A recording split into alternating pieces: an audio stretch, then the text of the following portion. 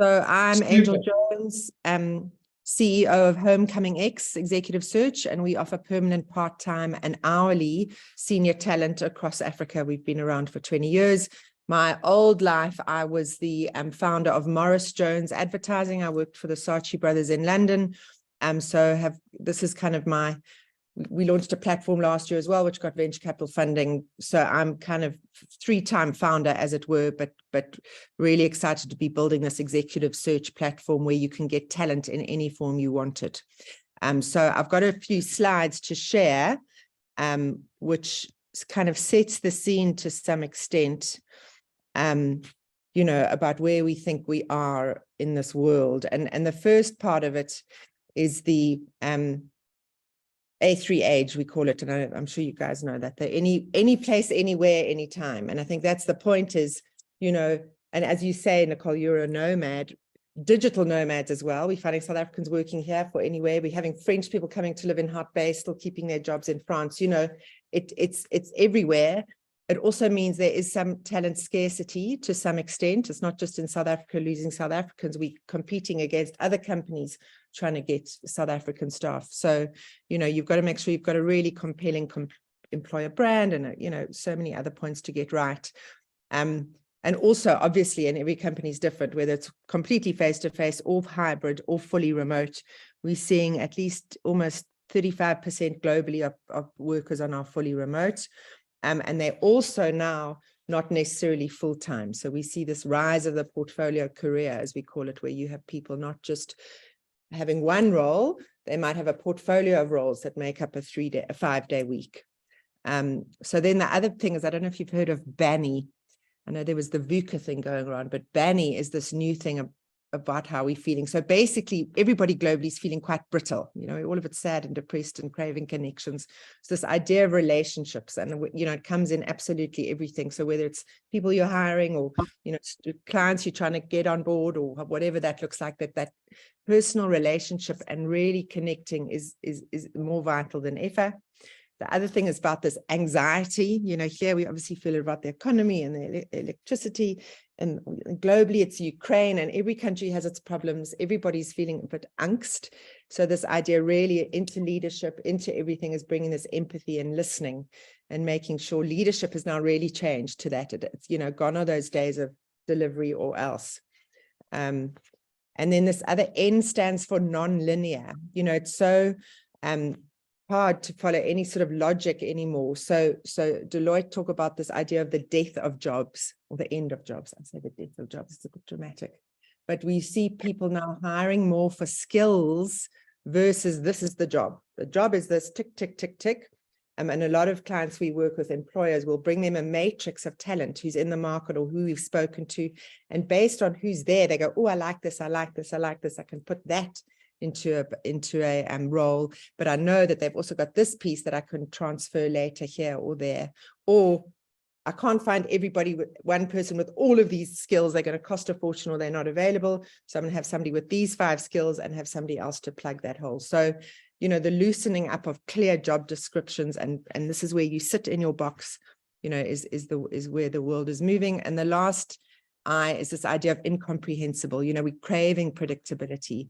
So we have to obviously embrace the big data, the AI. What can we do where we can get more predictability in that piece? But knowing AI is always going to be a tool that humans use, and it means humans have got to be even more human. So this idea of empathy and collaboration and creativity has got to come really strong. And this third piece is this, as a frazzled founder. I mean, we know this, right? We are frazzled. We're trying to do everything. How can there be more of us? So juggling priorities is something we think we crave, but we crave to get right. So we have this saying where we are, this mantra which I aspire to all the time, which is organized, relaxed, fun. Can we get to that place of where we are? Sorry, I'm just trying to go up a bit of where we're feeling that things are flowing, and we all ideally, well, I don't want to speak for everybody, but this idea that things can efficiently flow, it's fun, it feels organized, I'm relaxed, and we're scaling.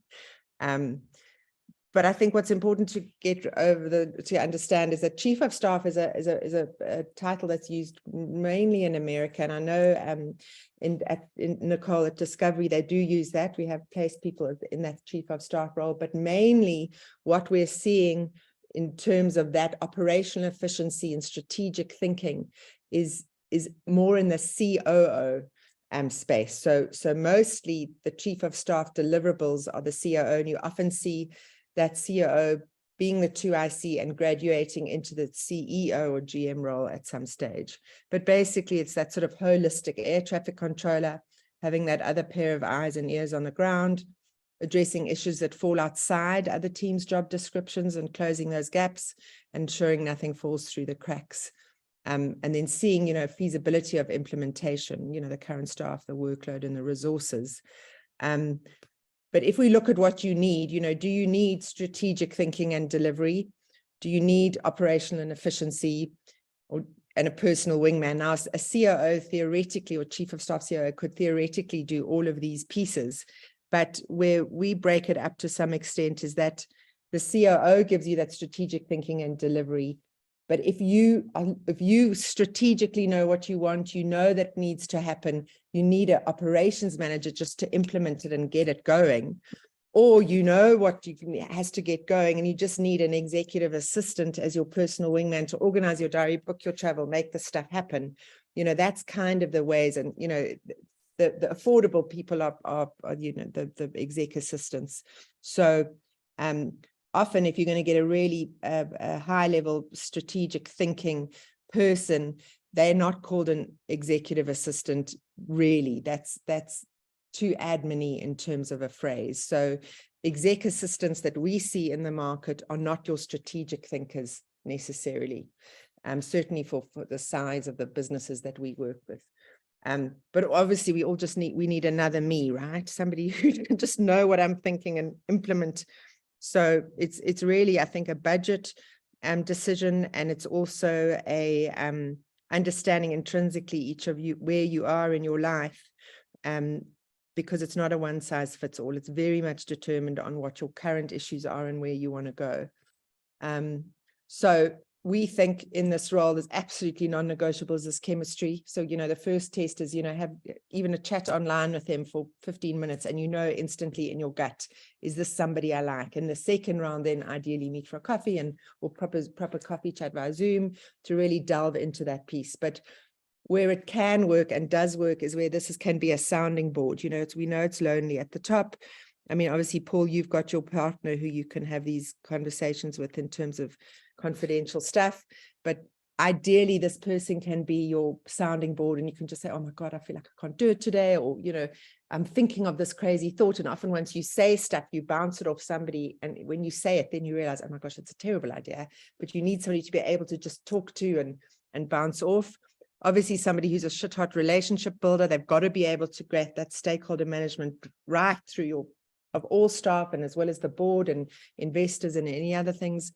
Proactive, energetic, and not precious about time. And I think that comes with youth often as well. These people are ambitious, and then the trade-off is, but I need them to have that gravitas and be able to stand strong and call out people's shit and be senior, while still having all that energy. So the sweetest spot is kind of, I don't know, 35-ish, 40-ish, who've got strong consulting backgrounds.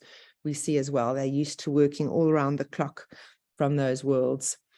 So just to end here, and obviously we'll have lots of questions, but the remuneration we see, if it's a chief of staff from a discovery size point of view, and often people are called chief of staff stroke strat or chief of staff stroke ops, but you're looking at an 80 to 150K a month salary, COO 75 to 125, ops manager 40K a month to 70K a month, and an exec assistant to 35 to 65K a month. So I think that's the end of it. I'm going to stop there, and obviously we can just delve down into each person's business and understand your needs and answer any questions that I'm sure you have. Awesome. Thanks so much, Angel.